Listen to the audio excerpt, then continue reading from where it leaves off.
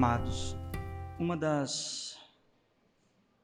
dos sinais dos últimos dias seria o aumento da apostasia.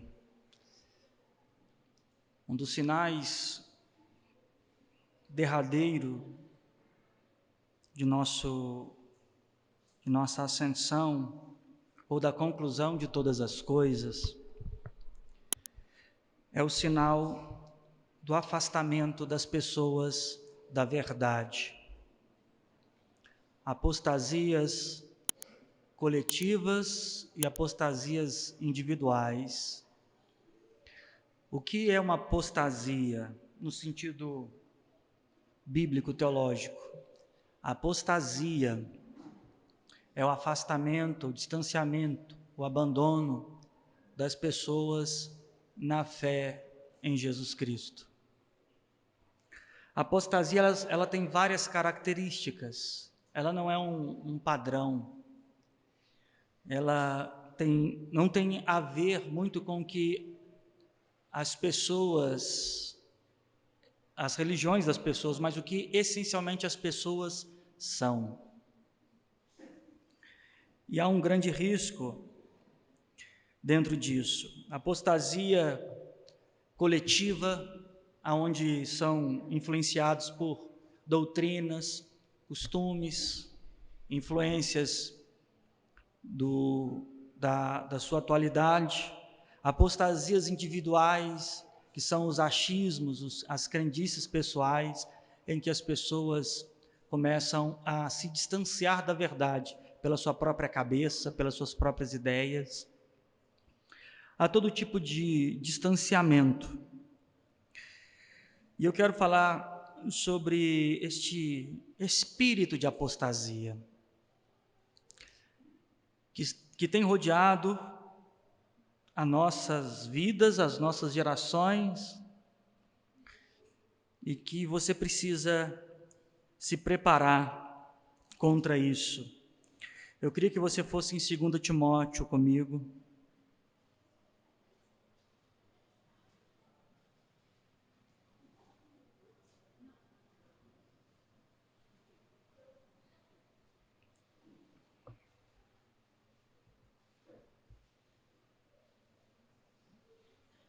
Capítulo de número 4.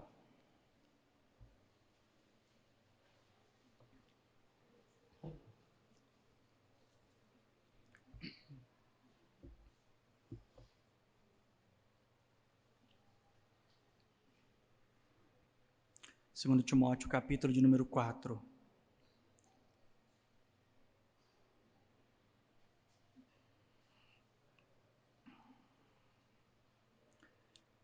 Nós vamos ler um trecho do versículo 3 para pontuar o foco que eu quero dizer, mas a gente vai explanar muitas coisas dentro do texto. Versículo 3 em diante, 3, 4 e 5 diz assim: Porque virá tempo em que não sofrerão a sã doutrina, mas tendo comichão nos ouvidos, amontarão para si doutores conforme as suas próprias concupiscências. Desviarão os ouvidos da verdade, voltando-se às fábulas. Mas tu, ser sóbrio em tudo, sofre as aflições, faze a obra de um evangelista e cumpre o teu ministério. Verso 5 novamente. Mas tu, ser sóbrio, sofra as aflições, faz a obra de um evangelista e cumpra o teu ministério. Vamos orar?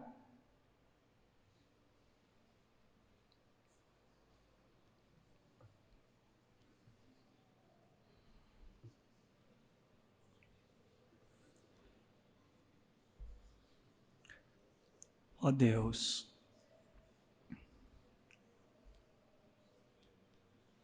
Tu és tão maravilhoso, Senhor. Tu és tão justo, tão perfeito, Pai. Nós aqui hoje, ó Deus, glorificamos a Ti por aquilo que o Senhor é, por Sua bondade, a Sua misericórdia, a Sua graça, o Seu favor. Pai, eu oro a Ti, ó Deus, pedindo que o Senhor possa nos agraciar nesta noite com entendimento. Se o Senhor dá entendimento a nós, ó Deus, se verdadeiramente a Tua palavra operar em nós aqui e agora, seremos profundamente transformados, ó Deus. E o Senhor poderá, ó Pai, operar em nós aquilo que nós não podemos, pois nós só podemos frutificar pela Tua palavra, nós só podemos santificar pela Tua palavra, nós só podemos purificar pela Tua palavra, nós só podemos ser aperfeiçoados pela Tua palavra.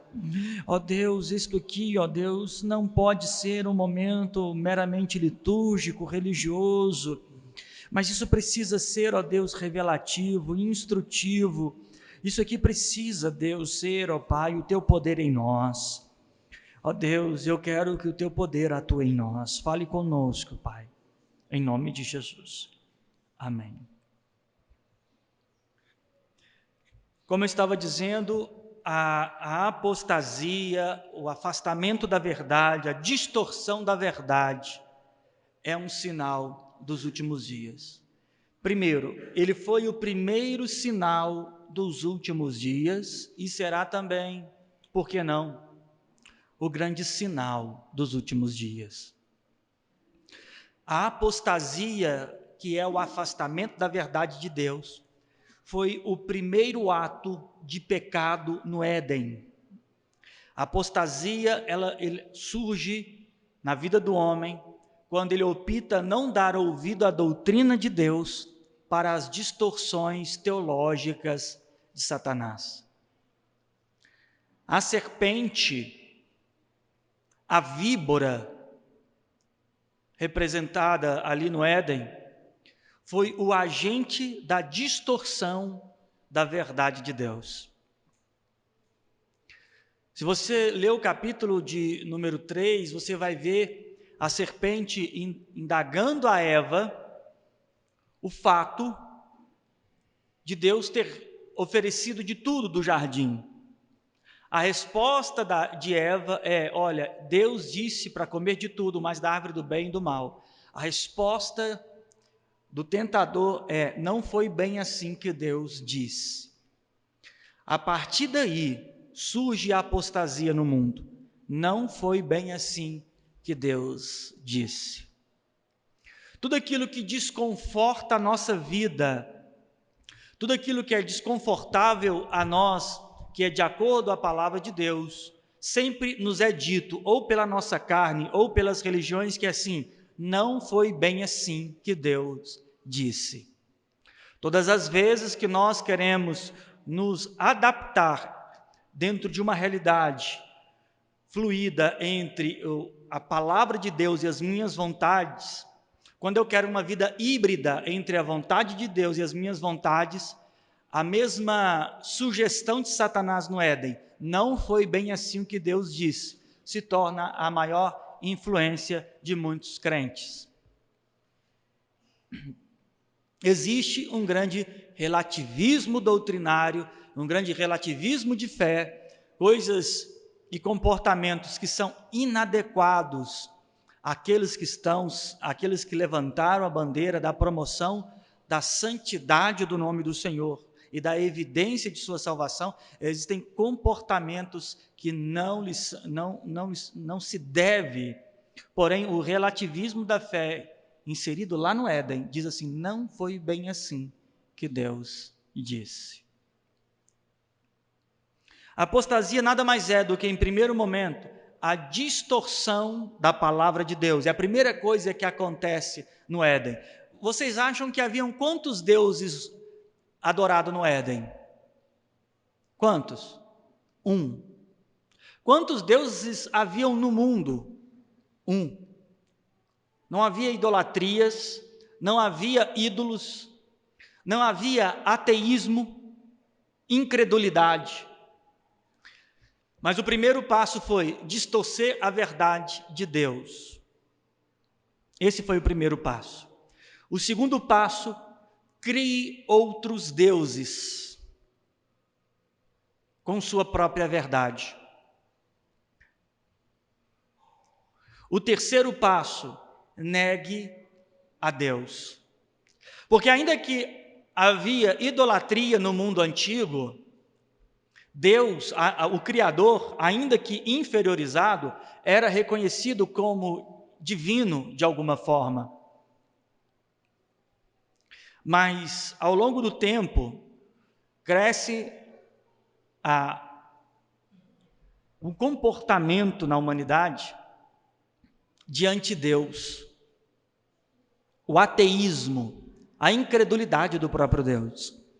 Então, aquilo que era uma palavra de Deus se tornou uma distorção quanto à palavra de Deus, depois construção de ídolos que vão ter subjetiva as suas verdades, cada ídolo, cada religião, cada teologia uma verdade, e depois se desenvolve na sociedade o ateísmo, não existe Deus.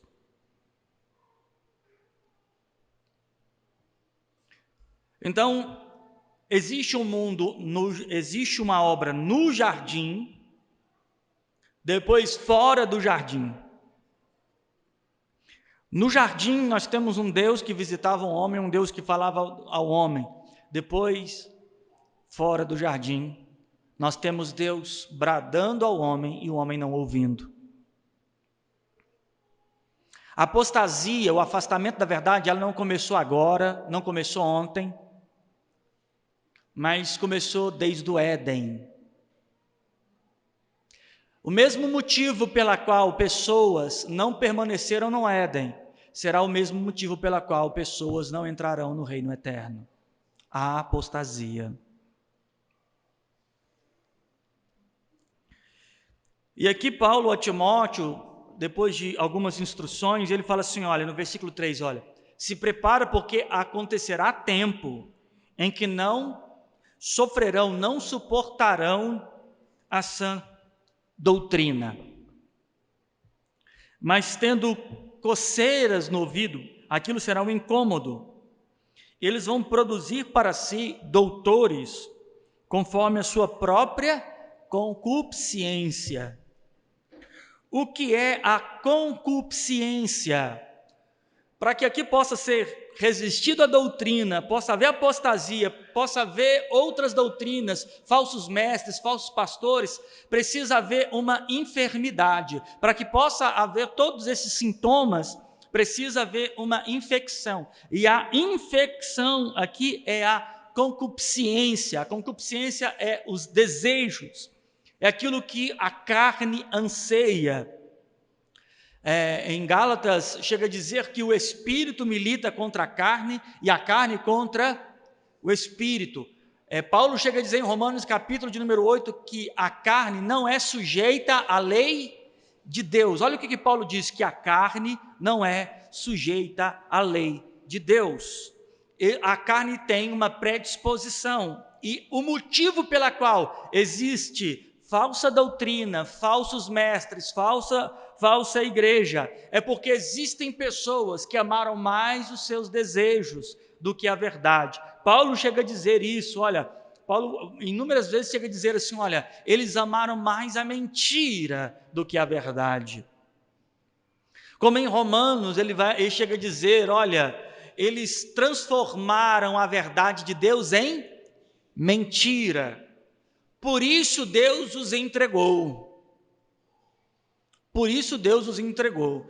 E o ápice, não é eu que digo, mas o ápice lá em Romanos, do problema dessa entrega, é toda a perversidade moral, ao ponto de mulheres começarem a desejar outras mulheres, homens desejarem outros homens. Vão lá comigo. Romanos. Vou ler isso porque por enquanto ainda dá para ler. Romanos 1, 24. Vamos a partir do 23. Romanos 1, 23. E mudaram a glória de Deus incorruptível em semelhança de imagem de homem, do quê? E de aves, e de quadrúpedes, e de... Isso aqui significa a que ponto a idolatria e o culto à carne foi. Eles começaram a imagem, se você seguir o texto, a imagem de Deus está revelada pela humanidade em primeiro momento, pela criação. Do que Deus poderia ser visto, a criação já demonstrava. Só que a idolatria precisa de representatividade. E o que eles começaram a fazer? Começaram a pegar figuras humanas e venerar os seus feitos, depois estatuar as suas figuras, e depois os deuses passaram a ter representações de animais.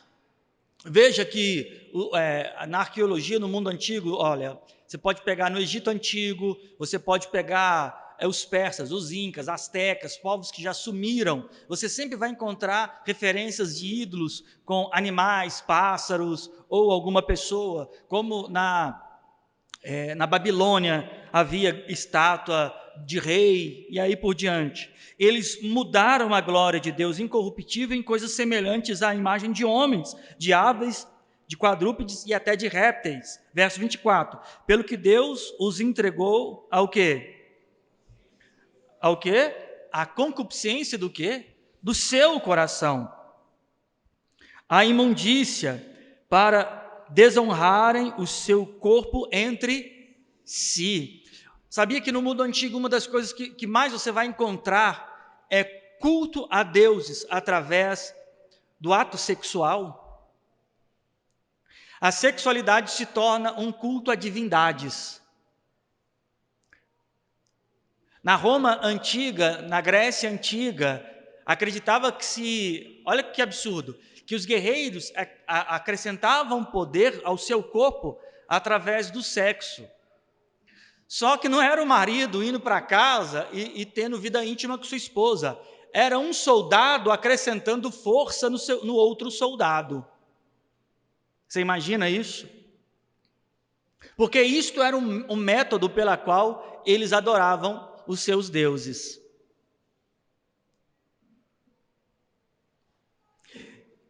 Verso 25, pois mudaram a verdade de Deus em mentira. Isso aqui aconteceu no Éden, sim ou não? Quando Satanás disse para a serpente, não foi bem assim que Deus disse, mudaram a verdade de Deus em... E honraram e serviram mais a quem? A criatura do que é bendito eternamente. Amém. Como que eles honraram e serviram mais a criatura? É o ser humano servindo aos seus próprios interesses, vivendo os seus próprios deleites. Verso 26, pelo que Deus os abandonou às paixões infames, porque até as suas mulheres mudaram o uso natural, no contrário à natureza. E semelhantemente também os homens deixaram o uso natural da mulher e se inflamaram em sua sensualidade, uns para com os outros, homem com homem, cometendo torpeza e recebendo em si mesmo a recompensa que convinha ao seu erro. Vamos entender o que Paulo está abordando acerca da apostasia, tendo por sombra, referência, o que acontece lá no Éden. Deus cria Adão, depois para ele não tem companheira, não é assim que está em Gênesis capítulo de número 2, vou falar por enquanto eu consigo falar sem ser preso, porque isto é um sinal da apostasia. E aí o Senhor cria Adão, para Adão não tinha companheira. Deus faz para Adão uma companheira. E Adão começa a viver com essa mulher, a sua esposa. Depois a serpente aparece muda a verdade de Deus em mentira, e esta prática agora está na natureza humana, você vai ver que a família de Adão ainda era aqueles que adoravam o Criador. Adão não saiu dali ateu, Adão não saiu dali descrente, Adão saiu do Éden ainda prestando a Deus reverências, ao ponto que os seus filhos aprenderam isso. Caim e Abel ofereciam a Deus a oferta daquilo que eles produziam. Olha que coisa, antes no Éden era só colher. Depois do Éden, falando num português bem claro, eles começaram a passar uma magrela. Eles começaram a ter que cultivar, criar ferramenta de corte, de lança, para cavar, descobrir que a semente, que é a ferramenta que faz plantar, começaram a ter descobertas. E como não tinha livros, e como não tinha como colocar aquilo no Google, começaram a colocar nas paredes das casas que eles tinham, que nada mais eram do que os buracos nas montanhas, as cavernas. E é por isso que você vê aí, arqueólogo achar desenho de alguém mandando lança, isso não tem 68 milhões de anos. Porque quando ele saiu, Deus disse para Adão, com o suor do teu rosto, você vai ganhar o teu pão. E aí Caim e Abel começam, desse período todo, descobriram a agricultura, descobriram a produção, começaram a colher o fruto que produzia, e começou a agradecer a Deus, porque no Éden era só puxar, agora Deus pelo menos deu terra e preparo para que eles pudessem comer e não morrer de fome. Olha a graça de Deus, gente, no Éden eles tinham tudo, e agora eles saíram do Éden, e debaixo de juízo de Deus, Deus deu graça a eles de descobrirem meios de continuar se alimentando. E sabe o que eles fizeram com isso, quando que aprendeu com o seu pai? Ofertar diante de Deus. Só que houve um problema. Caim olha para Abel e fala assim, não é possível. Tudo dele é melhor.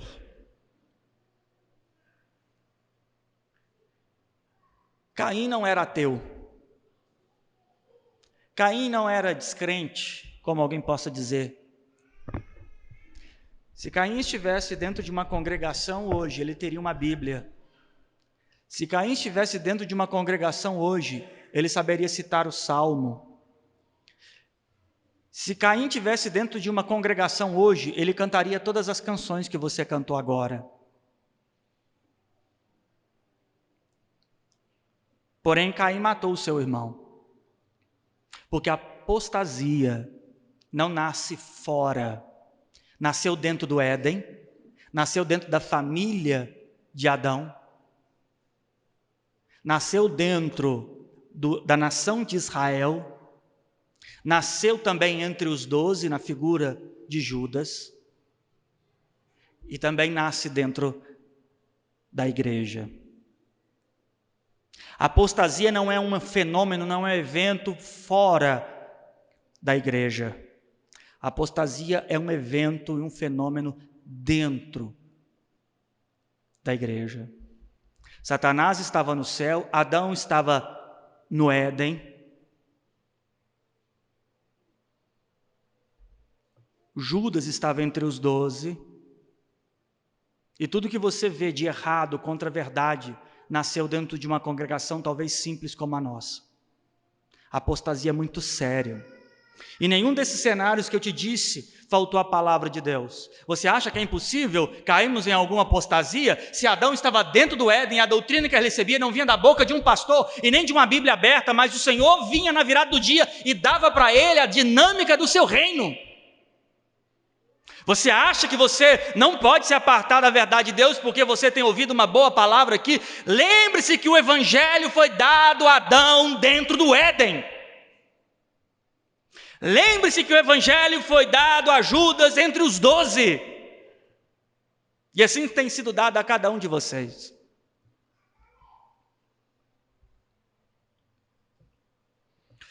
Eu quero fazer que o seu coração e a sua alma se arrepiem da possibilidade de você estar rodeado, ainda que sutilmente, de várias coisas, eventos e ações de sua própria cognição, cabeça, pensamento ou influência ao meio pela qual você vive, que está aos poucos, lentamente, em doses homeopáticas, te fazendo desvirtuar da verdade do reino de Deus.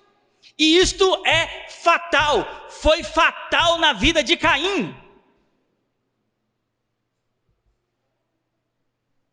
Isto é fatal. Vá comigo aqui em 2 Coríntios, capítulo de número 11, versículo de número 1.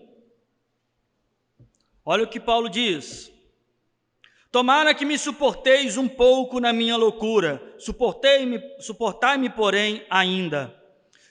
Porque estou zeloso de vós, com zelo de Deus, porque vos tenho preparado para vos apresentar como uma virgem pura a um marido, a saber, a Cristo. Mas temo que, assim como a serpente enganou a Eva com quê? Com suas astúcias, assim também sejam de alguma sorte corrompidos os vossos sentidos e se apartem da simplicidade que há em Cristo. Porque se alguém for pregar-vos outro Jesus que não temos pregado, ou recebeis outro Espírito que não recebestes, ou outro evangelho que não abraçastes, com razão o sofrereis. Paulo está dizendo o seguinte, olha, o versículo 1 está dizendo assim, eu estou muito perturbado, e eu queria que vocês suportassem um pouco a minha perturbação, a minha inquietude. Eu queria que vocês só engolissem ela um pouco. O argumento dele, olha, eu queria que vocês atentassem, mas suportassem um pouco as coisas que eu vou dizer. Parece loucura, mas eu tenho que dizer. E por que ele se coloca assim? Por que ele está inquieto? Porque o versículo 2 ele diz, eu tenho uma missão, que é apresentar vocês diante de Deus como uma virgem a um marido. Entenda que a igreja é a continuidade de Cristo. Olha, escuta isso aqui, irmão. Se Jesus é o último Adão, a igreja é a última Eva. Porque assim como Eva foi feita a partir de Adão, assim a igreja é feita a partir de Cristo. Não existe igreja verdadeira que não tenha por natureza existencial a essência de Cristo. Olha, lembra que logo depois da criação, Deus apresenta, mantenha aqui Coríntios aberto, volta lá comigo em Gênesis, olha o que Deus faz. Gênesis, capítulo de número 2. Gênesis capítulo de número 2. Versículo 21. Então o Senhor Deus fez cair um sono pesado sobre Adão, e este adormeceu, e tomou uma de suas costelas, e cerrou a carne em seu lugar. E da costela que o Senhor Deus tomou do homem, formou o quê? E trouxe a Adão. Eu já ensinei para vocês o paralelo ao sacrifício da cruz, que a última ferida de Deus é na costela, a água e o sangue que sai, representa a obra de nossa salvação. Aquele que não nascer da água não entrará no reino. O sangue é o que purifica em todo pecado. Essa é a natureza da igreja, que é o paralelo. E olha o que acontece no verso 23. E disse Adão, essa é agora osso do meu osso e carne da minha carne, e será chamada varoa ou mulher, porquanto foi do homem formado. Portanto, deixará o homem seu pai e sua mãe, apegar-se-á a sua mulher, e serão ambos uma só carne. Olha que coisa, Deus agora apresenta para ele a mulher, e ele olha para a mulher e diz assim: essa aí, agora é osso do meu osso e carne da minha carne. Porque os versículos anteriores falam que todos os animais tinham companheiras e que essas companheiras tinham características idênticas ao macho daquela espécie. O boi com a vaca, o leão, a leoa, para toda a criação tinha disjuntora para ele, não. E quando ele recebe a sua companheira, ele diz: agora sim, essa sim é como eu. Essa sim é como eu. Volta lá em Coríntios, 2 Coríntios 11.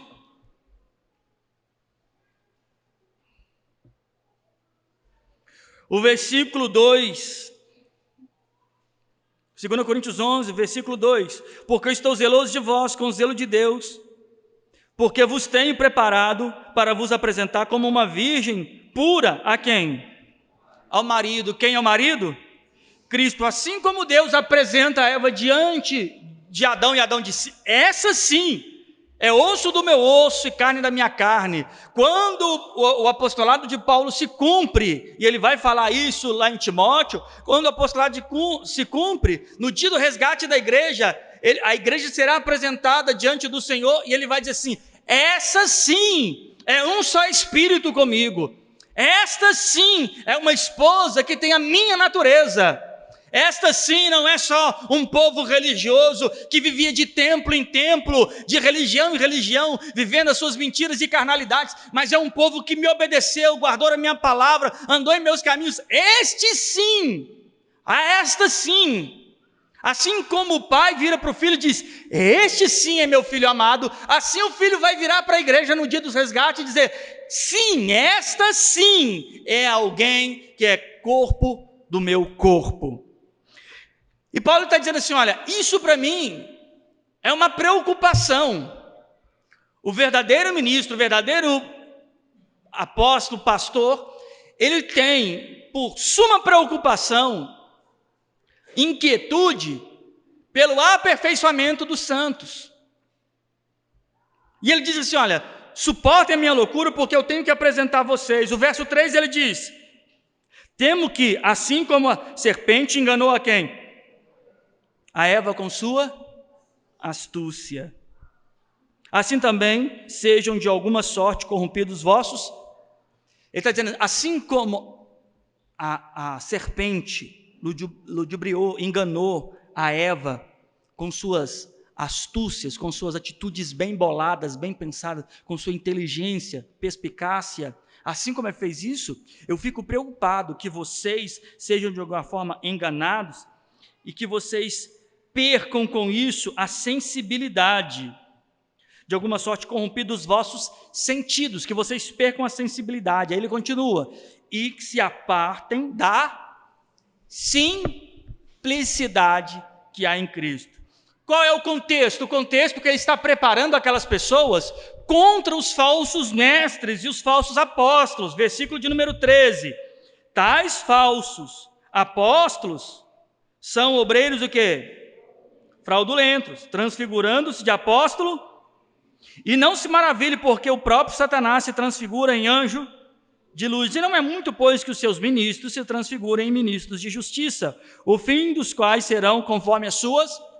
O contexto eram os falsos apóstolos. E talvez você vire para mim e diga assim: não, mas eu estou preparado contra os falsos apóstolos. Eu não vejo o Valdomiro, eu não vejo Edir Macedo, eu estou preparado contra os falsos apóstolos.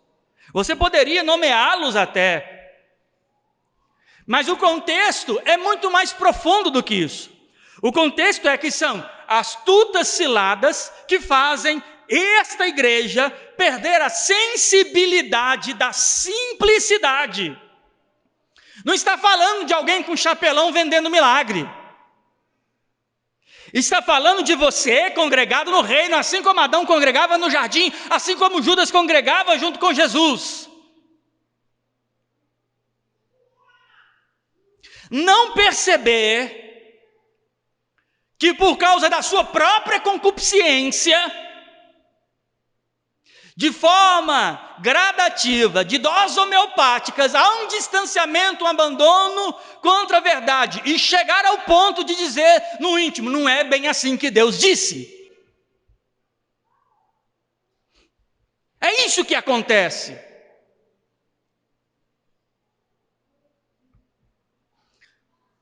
Adão não estava protegido no Éden. Adão estava protegido na verdade que Deus disse no Éden. O Éden era só um lugar. A verdade de Deus é uma grande verdade que céus e terras passarão. Mas a sua palavra, o Éden é só um lugar. Congregar dia de domingo, dia de quarta para muitos é muito raro, mas dia de domingo para muitos, e tem gente que até alterna, né? Domingo sim, domingo não. Também não vai resumir na sua guarda. Existe uma grande apostasia, assim como uma grande avalanche acontece com a neve. O mais perto disso nós chegamos aí em Mariana e também aonde mais que teve aqui? Brumadinho, aonde estoura uma coisa, uma represa, ela varre uma região toda, e alguém que a vida toda tomava café de manhã em seu sítiozinho, capinava o seu sítiozinho, nem imaginava o impacto que poderia haver uma grande coisa, ele vê, ouvir de lá, isso não vai passar aqui, daqui 20 minutos, 15 minutos, aquela torrente vem e empurra tudo que ele tem.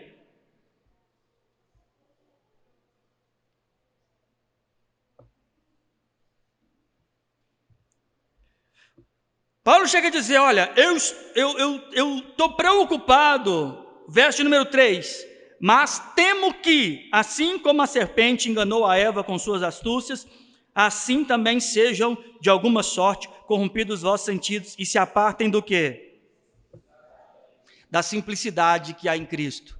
O verso de número 4, ele fala de outro Jesus, de outro Espírito, de outro Evangelho. Qualquer um que se submeter a outro Jesus, outro Espírito e outro Evangelho, vai realmente se submeter, vai sofrer isso. Ele vai acabar se entregando.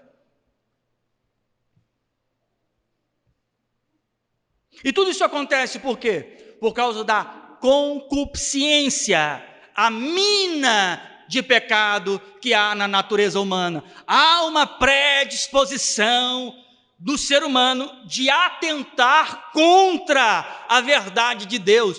A obediência, ainda que recebemos a sua palavra, ainda que recebemos o seu Espírito, ainda que temos os irmãos, ainda que temos gente para exortar, gente para estar conosco, nos apoiar, ainda com tudo isso, nós vivemos o desafio da obediência. Qualquer cristão minimamente honesto, intelectualmente, espiritualmente honesto, ele vai declarar que vive o desafio diário em obedecer à verdade do reino. Esse grande desafio está rodeado de inúmeras propostas. É só você pensar que lá no Éden você podia comer de todo fruto que te fazia bem e uma árvore te levava para a morte. Hoje nós vivemos num deserto onde existe uma só árvore que faz bem e todas as outras fazem mal. O que no outro jardim era todo o nutriente de todas as árvores, e a árvore da vida estava no meio daquele jardim, com tudo isso que você podia comer, tinha só uma árvore que te faria mal. Agora não. Agora você só tem uma árvore que é Cristo, a videira verdadeira, a árvore da vida de Apocalipse. Só Ele que dá o seu fruto na estação própria e alimenta a sua igreja. Uma só árvore, porém estamos rodeados de inúmeras, incontáveis árvores para corromper os nossos sentidos. O Senhor Jesus, quando vai manifestar diante de João Batista, antes de João Batista batizando, em Mateus capítulo de número 3, ele diz, o machado já está aos pés das... Porque as árvores más serão cortadas. O Senhor Jesus, em Mateus 7, a partir do versículo de número 13 para frente, ele chega a dizer que a árvore você conhece é pelo fruto. A árvore do bem e do mal era um fruto mau. A árvore da vida é porque o fruto era da vida. E isso distingue o nosso alimento. Nós estamos vivendo nesse momento uma só árvore boa e todas as demais ruins. E como que você vai diagnosticar que você está alimentando da árvore boa? É pelo fruto que ela produz. se você continua mentiroso, se você continua idólatra, se você continua blasfemo, se você continua adúltero, isso não é o fruto da árvore boa. A árvore boa, do meio do jardim, aquela que não é a do bem e do mal, a árvore da vida, a quem o Senhor reservou para a igreja. Esta árvore da vida, ela produz em nós um bom fruto. A apostasia nada mais é do que o fruto, agora, identificar qual tipo de árvore que é. Apostasia é isso, vai lá comigo, volta lá em 2 Timóteo, capítulo de número 2.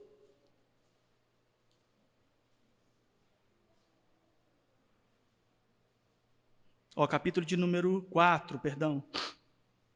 Capítulo de número 4.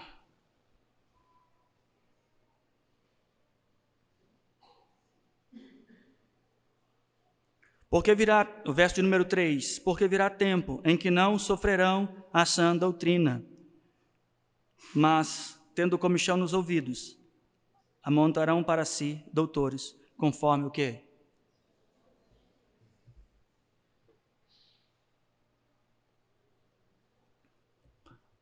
Apostasia, o afastamento da verdade, nada mais é do que a reprodução externa em filosofia, em religião, em comportamento, das intenções dos corações. O que é o Evangelho? O Evangelho é a manifestação externa de Deus ao ser interno do homem, o regenerando. O que é apostasia? É o interno do homem se manifestando para fora em forma de Deus, se fazendo como Deus. O Evangelho é Deus penetrando o mais profundo do homem e o regenerando. A apostasia é o interno do homem não regenerado sendo externalizado.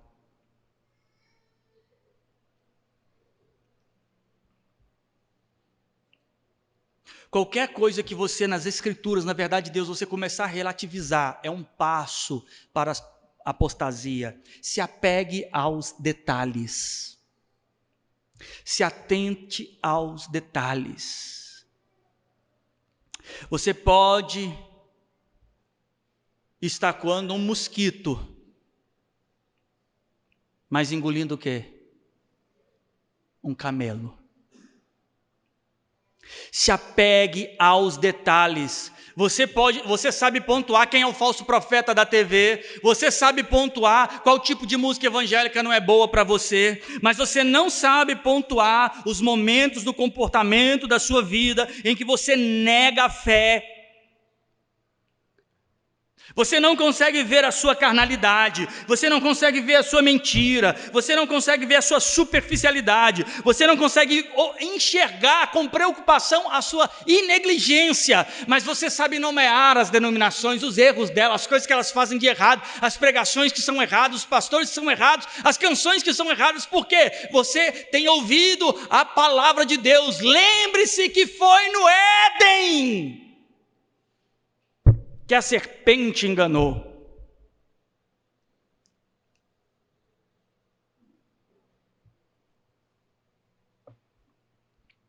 E se acha que Adão admitiu que estava sendo enganado, que foi enganado, ele arrumou um jeito de fazer roupinha para ele. Ele deu um jeito de vestir ele e a mulher. Você acha que o seu coração vai te dizer que você tem se enganado? Ou você não vai dar um jeitinho de cobrir alguma coisa aí? Você não acha que o pecado que um belo dia só foi um tropeço e depois se tornou uma rotina, você acha que da noite para o dia você vai levantar Deus, ou você vai começar a fazer uma roupinha para cobrir isso? Isso é apostasia. Isso não tem a ver com falsos profetas, e nem tem a ver com anjos transfigurados, demônios transfigurados e anjos de luz. Tem a ver com o coração e concupiscências alimentadas. Você talvez está alimentando um dragão.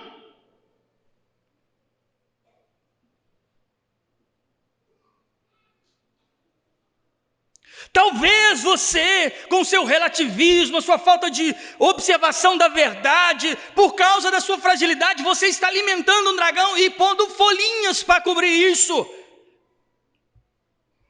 Assim como Deus chegou no Éden e nenhuma folhinha pôde cobrir Adão e nenhuma folhinha pôde esconder Eva, assim Deus virá no seu dia, e assim como ele sentenciou Adão, a Eva e a serpente, ele vai separar o povo daquele que não é povo, e também dará um juízo para isso. E as folhinhas vão cair, e só vai ficar o apostata religioso, evangélico.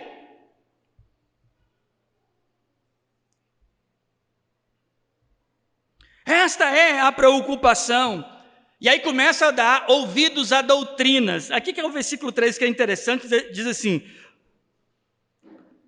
2 Timóteo 4,3, porque virão tempos em que não sofrerão a sã doutrina, mas tendo comichão nos ouvidos, o que eles vão fazer? Doutores para seu própria concupiscência. Eles vão começar a ouvir, sabe o quê? Aquilo que tem a ver com as coisas que ele acha. As denominações são assim. As denominações, hoje a palavra do momento é inclusão. Dizem que a pregação do evangelho não é inclusivo. Como não, se eles dizem que aquele que vier a mim jamais... Como que não é inclusivo? Eu fui incluído e nem merecia. O reino de Deus é inclusivo. Só que o sentido de inclusão é: o reino de Deus tem que me aceitar como eu sou. E pega pela fragilidade da própria pessoa não se aceitar. Ou porque a sociedade não aceita. O ênfase da cultura dos conflitos sexuais, comportamentais, começou com a igreja do roqueiro, porque o roqueiro precisa ser incluído. Mas como ele não seria incluído no reino de Deus? É porque se ele for incluído no reino de Deus, ele tem que, talvez ele vai ter que parar aí de curtir, por exemplo, Black Sabbath. Ele não vai poder mais fazer o culto a Satanás. Ele não vai poder mais fazer estrelinha no chão e acender umas velas. Ele não vai poder fazer mais um pacto com sangue. Igrejas inclusivas. Esse dia para trás, eu fiquei sabendo que o Justin Bieber, sabe? O Justin Bieber é crente. Ele é crente agora. E tem uma marca de maconha dele. O cantor estrangeiro, acredito que ele deve ser estrangeiro, deve ser dos Estados Unidos, sei lá. Aí, ele se torna crente, batiza. Wesley Safadão, batizou. Tammy Gretchen, batizou. Eu não estou falando as pessoas vivam da maneira que quiser. Quem sou eu para dizer como uma pessoa deve viver? Se a mulher acha que deve vestir como homem, que ela vista como homem. Se a pessoa quer tatuar da cabeça aos pés, se ela quer cantar música que ofende a Deus, quem sou eu? É o direito dela. O que me preocupa, sabe, o que me faz chamar a atenção é isso. As pessoas têm concupiscências, estão adaptando às suas próprias concupiscências. E deixa eu te falar uma coisa. Existem coisas que para a igreja no início do século era inaceitável. E hoje as coisas mais comuns. O que será comum daqui 20 anos, 30 anos, 40 anos? Se isso que eu estou dizendo ficar gravado por 30, 40 anos, o que eles vão dizer das coisas que eu estou dizendo hoje? Crentes como você, que defende a verdade, que defende o evangelho, o que eles vão dizer? E aí está dizendo que eles vão seguir os próprios doutores. Eu já disse para você uma vez, eu contei aqui uma vez, eu estava numa festa da empresa que eu trabalhava, e tinha um cara na churrasqueira, ele ele estava bêbado. Eu acho que ele chegou bêbado, que não dava tempo de ficar daquele jeito. E eu vou te falar que jeito que ele estava. Ele estava tentando fazer espetinho com carvão. Eu falei assim, se ele não é doido, ele é bêbado. Ele está aqui, ó. Vai ser carvão, cara. Pegou a carne. E conversa vai, conversa vem. Ele era cristão, evangélico, congregava no... Ele falou assim, eu também sou crente. Foi assim, dá para ver. Eu congrego numa igreja alternativa. Falei, poxa, essa é bem alternativa. Qual que é a alternativa? Se não, eu não me adapto, aquela religião se adapta a mim. Aí você vira para mim e fala assim, pastor, eu não caio nisso aí não. Eu sei diferenciar essas coisas. Mas, quando você começa a conviver com a sua própria ignorância, desleixo enquanto a fé, sabe o que começa a acontecer? Você começa a relativizar a verdade de Deus. Aí um dia, por acidente ou por procura na internet, você escuta uma pregadora ou um pregador, ou como você está suscetível às suas próprias ideias, ele fala sem observação nas escrituras, coisas que você acha que é certo. Aí o que você fala? Eu acho que é assim também. Acho que é assim também. Aí a serpente só vai pegando. É muito comum você ver cristãos que não abrem mais as escrituras, mas tem conta no TikTok. Eles não abrem as escrituras. Eles não fazem assim mais, eles só fazem assim, ó. Eles não fazem assim, é assim. E estas pessoas agora, sabe o que acontece? Elas pegam lá 1 minuto de uma pregação de alguém, às vezes potencialmente, alguém potencialmente bom na palavra, 1 minuto. Ele, poxa, palavra em 1 minuto, passou. Aí depois vem a dancinha de novo, aí passou, receita de bolo, bolo bonito, passou. Aí vem um pregador piadista, não fala nada sério. Aí começa a rir. O evangelho, que era para ser uma coisa para ele falar assim, poxa, isso é verdade, cara. Ele está assim, racha o bico, stand-up. Aí vai. E é isso que está vivendo a relação destes crentes. É só perguntar, eu te pergunto, você se responda. Quanto do evangelho, das escrituras, você abriu pessoalmente no seu colo ali para ler, e o quanto, sei lá, de TikTok, videozinho de Instagram, quanto você já passou no dia? Isto é apostasia. Isto é apostasia. E não tem a ver com um falso apóstolo, não tem a ver com um demônio em forma de anjo de luz, e nem de uma serpente falando com você. E você está no Éden e brincando com a árvore do bem e do mal. E depois de cair numa roubada, porque vem o pregador, vem a massa de bolo, aí depois vem o pregador brincando, aí depois vem stand-up, vem não sei o quê, aí depois vem uma coisa que você não queria ver. Você...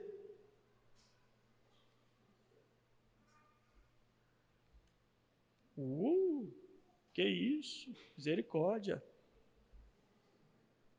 Aí depois já era. Acabou. Aí o cara fala, misericórdia. Cadê o pregador? A massa de bolo, pode ser o bolo. Ele volta o bolo, ufa. Aí no outro dia, ele já abre procurando, bolo, pregador, piada. Achei. Que é isso, hein? E aí ele começa. Ele vai viver aquela verdade. Apostasia.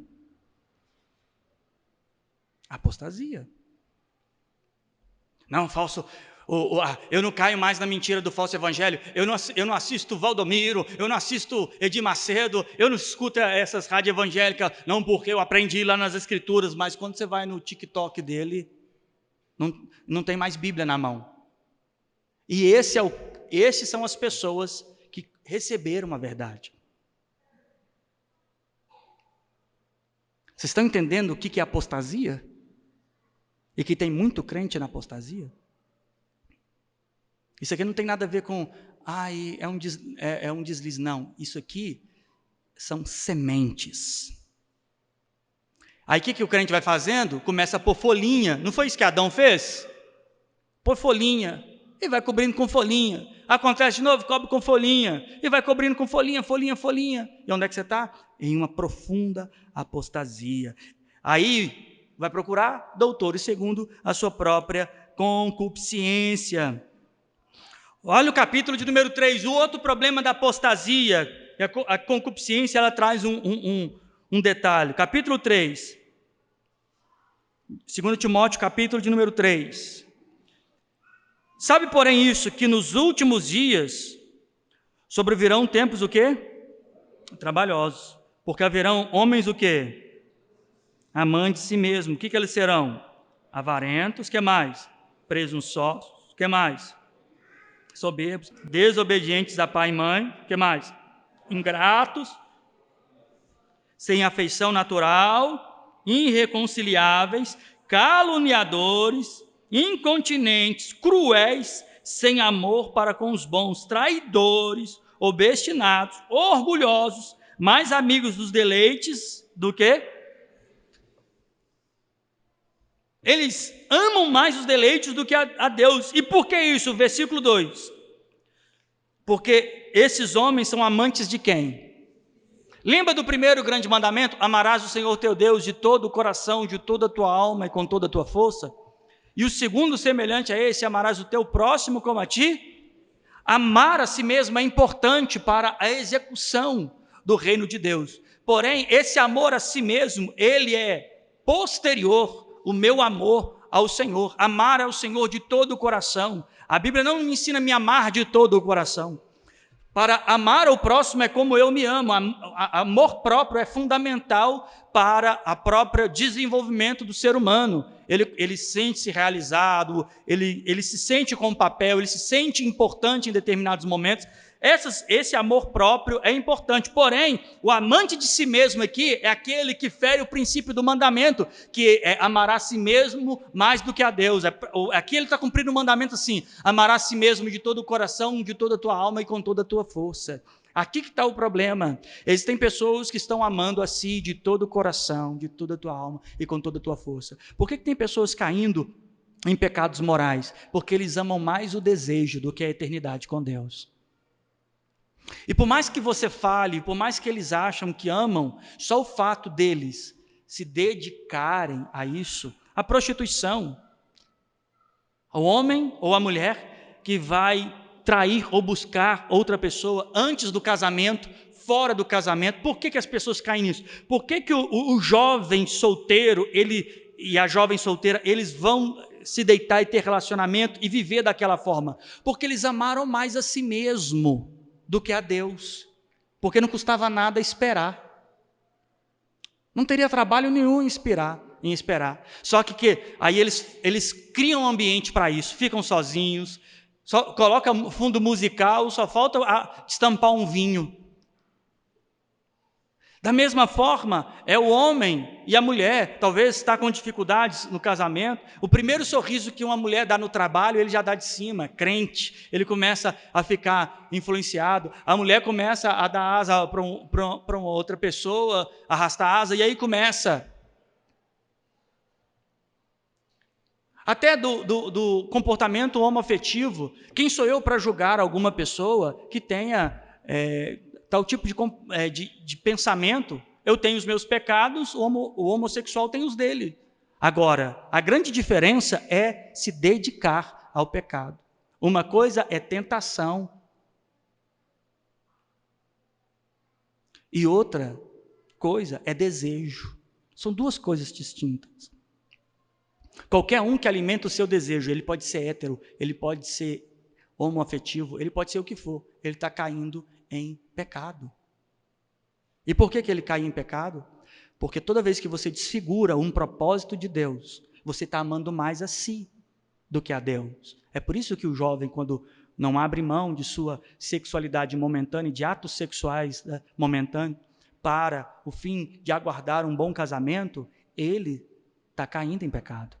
Da mesma forma, aquela pessoa que tem uma atração para a pessoa do mesmo sexo, se ela tem essa atração, o que ela tem que fazer? Combater isso. Mas eu vou combater isso a vida toda. Pô, sua vida vai durar o quê? 60, 70, 80 anos? E o que vem depois? Eternidade. Você não prefere sofrer todos os seus dias para ter uma eternidade melhor? Então você quer que eu sofra? Não, se eu quisesse que você sofresse, eu ia falar assim, faz o que você quer. Porque o sofrimento mesmo é a eternidade, gente. Não é os dias porque você não cumpriu as vontades que você quer. Só que as pessoas estão caindo nos deleites, isso é apostasia, porque uma vez que for descoberta a folhinha, é fora do Éden. Amantes de si mesmo. Aí vai dizendo aqui, ó, verso de número 4 de 2 Timóteo 3. Traidores, obstinados, orgulhosos, mais amantes do que? Mais amigos dos deleites do que amigo de Deus, mais amigo da vontade dele do que de Deus. Um amigo de Deus, ele foge de suas vontades. Alguém que está vivendo seus próprios deleites, a sua carnalidade, a sua mentira, a sua prostituição, o seu engano, qualquer coisa que ele esteja vivendo, ele está arrumando inimizade contra Deus, porque Deus não tem meio amigos, Deus não tem colegas. Em Tiago 4 diz, adúlteros, adúlteras, não sabeis vós que qualquer um que se torna amigo do mundo se constitui-se inimigo de Deus?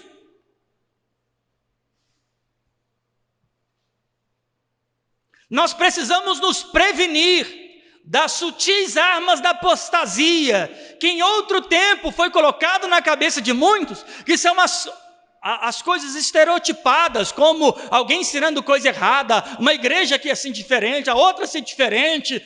Não, é muito mais do que isso. As denominações, sim, estão contaminadas pelo engano das suas doutrinas, porque estão vivendo a emocionalidade de suas crenças. Sim, estão em erro, mas tem algo muito mais sutil agora, para você se atentar. São a falta de sensibilidade na verdade de Deus, que pontualmente vem pensando o coração de cristãos, e já pegou 10%, 20%, 30%, 40%, em alguns casos tem pessoas que estão até congregando, indo às igrejas, lendo Bíblia, mas o seu coração está tão distante, que para ele não faz mais diferença absolutamente nada, e o seu pecado voluntário se tornou uma grande escravidão.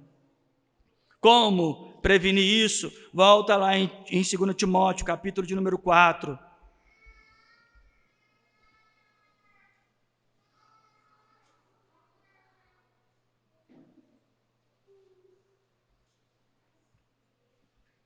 Como nos prevenir desta apostasia? Eu vou te falar da minha preocupação. A minha preocupação é um Éden onde Deus falava, o homem desobedeceu. Imagina a minha preocupação que não sou Deus e estou falando para vocês. Imagina. As palavras de Paulo, ele não economiza no vocabulário. Lá em 2 Coríntios, nós lemos lá no capítulo 11, que fala assim, ó, suportem a minha insanidade. Aí agora o capítulo 4, versículo 1. 2 Coríntios, capítulo 4, versículo 1. Conjuro-te, pois, diante de Deus e do Senhor Jesus Cristo, que há de julgar vivos e mortos na sua vinda no seu reino, que pregues o quê?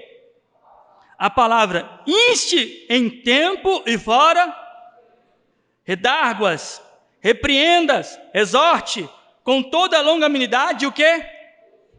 Eu leio esta palavra, esta palavra, entra na minha cabeça como um implorar do apóstolo Paulo, que transcende os seus leitores ali em Timóteo. Passou o século, passou o milênio, e depois de 2000 anos está aqui diante de mim falando assim, ó, eu estou rogando para você, por Deus e por Jesus Cristo, que há de julgar vivos e mortos na sua vinda. É como se fosse um implorar. Eu estou implorando para você, por Deus e por Jesus Cristo, que pregue a palavra de Deus em tempo, fora de tempo, redarguas, repreenda, exorte com toda longanimidade e doutrina. E eu olho para isso, eu vejo isso sendo uma exortação para mim e de mim para vocês.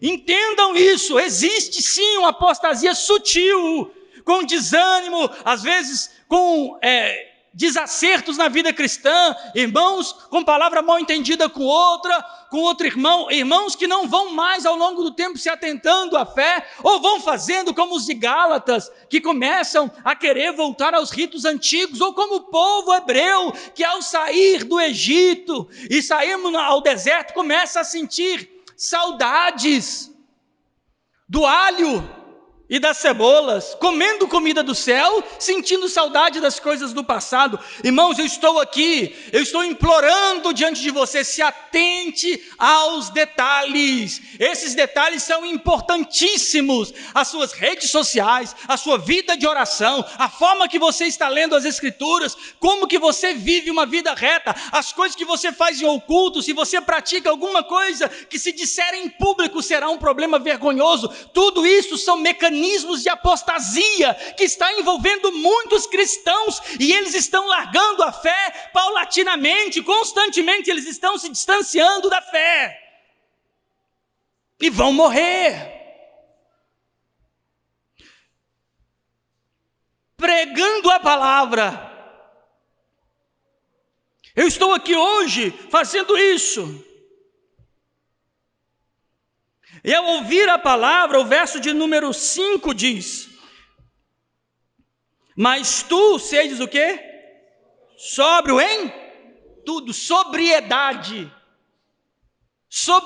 uma consciência, uma mente sóbria. Você não está entorpecido, você não pode estar entorpecido. O mundo está entorpecido, as igrejas estão entorpecidas, elas querem dançar, elas querem pular, elas querem evento, elas querem a musicalidade envolvendo os seus ânimos, ou elas querem um rito diferente, elas querem carnalidade, as músicas, elas querem tudo. As pessoas estão assim, elas estão entorpecidas, estão envolvidas com tudo isso, estão se tornando desapropriados da verdade, e com isso estão ficando com a mente entorpecida. Então, mas tu sede sóbrio tem que ser sóbrio na doutrina, no comportamento, na palavra, na atitude, nas vestimentas, no que vê, no que ouve, no que vive. Sofre o quê? As aflições. Aprenda, entenda, a vida cristã é sofredora.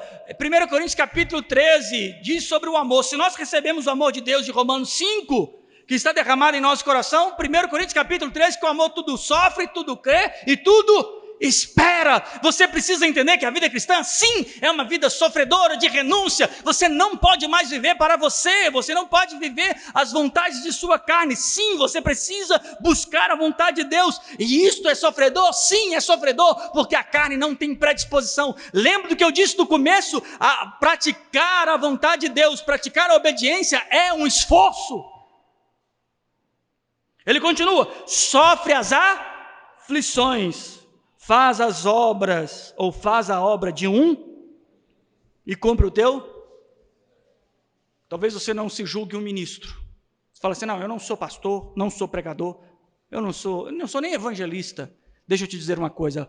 Paulo vai dizer em 2 Coríntios capítulo de número 2, que nós somos o bom perfume de Cristo. Capítulo 3, ele diz que somos a carta lida. Jesus diz que nós somos o sal da terra. O Senhor Jesus diz que nós somos a luz do mundo. Você é um evangelista, para o bem ou para o mal.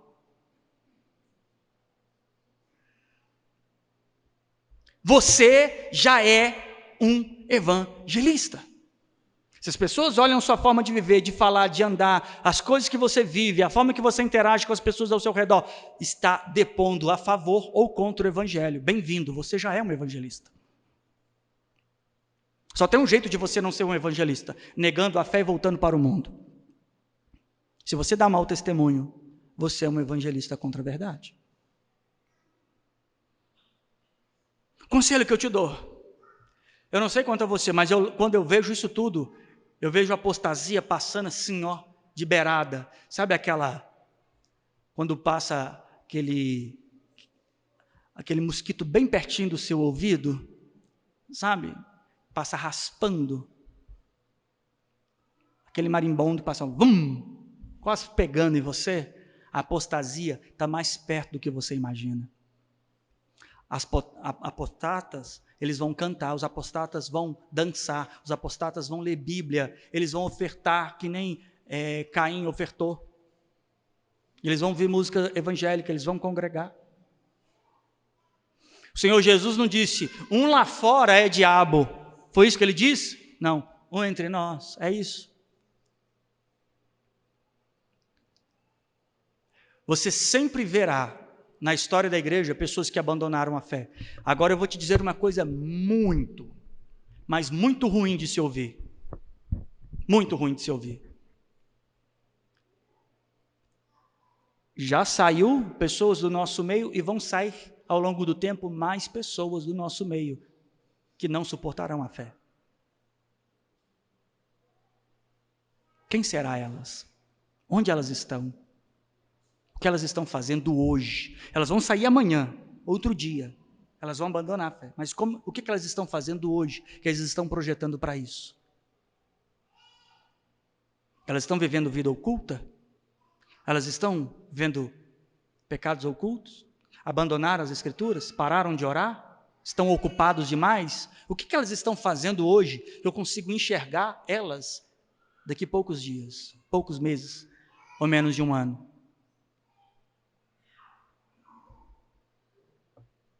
Aí você diz, pastor, diante disso tudo, como que eu fico? É muito simples. Precisamos temer ao Senhor e atentar à sua doutrina. Aí a Bíblia diz que nós temos que exortar uns aos outros, consolar uns aos outros, orar. Nós devemos ler as Escrituras, negar o mundo, rejeitar a nossa vida. Aí eu te digo, poxa, seremos livres. E sobretudo, uma coisa importantíssima, Colossenses 3, que a sua vida tem que estar guardada em Cristo e em Deus. Como eu faço para ter a vida guardada em Cristo e em Deus? Eu te dou o primeiro conselho que você vai fazer agora. Aqui, ó, o coach Elielto, guarda essa. Não estou nem cobrando, olha. A primeira coisa que você vai fazer agora é confessar os seus pecados e deixar. Se você não fizer isso, só foi mais uma pregação. Assim como o Senhor desceu no Éden e disse para Adão, não pode comer, tá, Adão? E foi embora. Se você não fizer isso que eu estou te dizendo, você será o próximo apostato. Então confesse e deixe. Porque a Escritura diz, aquele que confessa e deixa,